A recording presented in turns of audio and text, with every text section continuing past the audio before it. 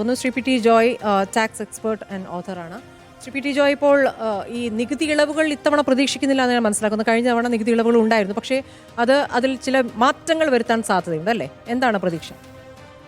ഇപ്പോൾ നിലവിലിരിക്കുന്ന income tax law എന്ന് പറയുന്ന 1961 ഇൻകം ടാക്സ് ലോയാണ്. അതിന് പകരം പുതിയ ഇൻകം ടാക്സ് ആക്ട് കഴിഞ്ഞ നവംബറിൽ ഗവൺമെൻറ് ഓൾറെഡി പാസ്സാക്കി നോട്ടിഫൈ ചെയ്ത് വെച്ചിരിക്കുന്നു.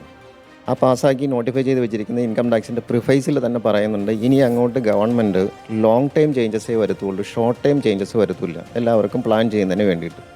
അപ്പോൾ ഈ വരാൻ പോകുന്ന ഫൈനാൻസ് ബില്ലെന്ന് പറയുന്നത് ഇപ്പോഴുള്ള 1961 ഇൻകം ടാക്സ് ലോയിൽ ഒരുപക്ഷെ ലാസ്റ്റ് ഫൈനാൻസ് ബില്ലായിരിക്കാം.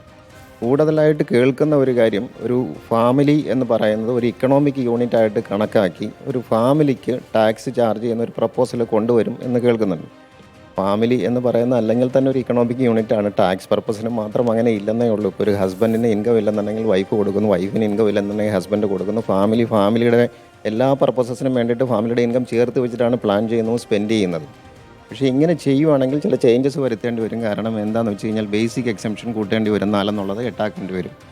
ബാക്കിയുള്ള പർപ്പസസിന് വേണ്ടിയിട്ട് ഇപ്പോൾ എന്താ പറയുക, അല്ലാത്ത പർപ്പസസിന് വേണ്ടിയിട്ട് നോക്കുമ്പോൾ ഒരുപക്ഷെ ഇതിന് ചെറിയൊരു ഇമ്പാക്റ്റ് ഉണ്ട്. ഇപ്പോൾ ടാക്സ് ലാബ് എല്ലാം ചേഞ്ച് ചെയ്ത് ഇങ്ങനെ ഒരു പ്രപ്പോസൽ കൊണ്ടുവന്നു കഴിഞ്ഞാൽ ഒരു ലോൺ എടുക്കുന്നതിന് വേണ്ടിയിട്ട് മേ ബി ഒരു ചെറിയ എമൗണ്ട് ലോൺ എടുക്കുന്നതിന് വേണ്ടിയിട്ട് 2 പേരും ബൊറോവറാകേണ്ടി വരും. 2 പേരും അല്ലെന്നുണ്ടെങ്കിൽ ഒരാൾ ബൊറോവറും ഒരാൾ ഗ്യാരണ്ടർ ആകേണ്ടി വരും. ഒരു ഇമിഗ്രേഷൻ പർപ്പസിന് വേണ്ടി കൊടുക്കുകയാണെങ്കിൽ ഈ അല്ലാത്ത പാർട്ടി, രണ്ടാമത്തെ പാർട്ടി എല്ലാ പർപ്പസിനും ഒരു ജോയിൻറ്റ് ആപ്ലിക്കൻറ്റോ ജോയിൻറ്റ് ബൊറോവറോ ഗ്യാരണ്ടറോ ഒക്കെ ആകേണ്ടി വരും. അത് ദോഷമാണെന്നാണ് പറയുന്നത്. ചില കേസുകളിൽ അതിൻ്റെ ഇമ്പാക്റ്റ് എങ്ങനെ വരുമെന്നുള്ള ചിലതൊക്കെ മറ്റുള്ള ആക്ടുകളിലാണ്. അത് ഇൻകം ടാക്സ് ആക്ടിൽ മാത്രം നിൽക്കുന്ന ഒരു കാര്യമല്ല. ഒരു ചെറിയ എമൗണ്ട് ഓഫ് മിസ്യൂസും അതിനകത്ത് വരാം. ഇപ്പോൾ ഒരാൾക്ക് ഇപ്പോൾ ഹസ്ബൻഡിനോ അല്ലെങ്കിൽ ഒരു സ്പൗസിന് ഒരു വലിയ എമൗണ്ട് ഓഫ് ഇൻകം ഉണ്ട്, അടുത്ത സ്പൗസ് എന്ന് പറയുന്ന സ്പൗസിന് മറ്റൊരാൾക്ക് എന്ന് പറയുന്നത് ചെറിയ എമൗണ്ട് ഓഫ് ഇൻകം ഉള്ളൂ, അല്ലെങ്കിൽ ഇൻകം ഇല്ലെന്ന് വയ്ക്കുക. അയാൾക്കൊരു ചെറിയ എമൗണ്ട് ഇൻട്രസ്റ്റ് ഇൻകം കാണിച്ചിട്ട് ഈ സ്ലാബിൻ്റെ ബെനിഫിറ്റ് എടുക്കാനുള്ള ഒരു അറ്റംപ്റ്റ് നടക്കാൻ അതെല്ലാവരും ചെയ്യാവുന്ന കാര്യം, അത് ലീഗലി പെർമിറ്റഡ് ആണ്.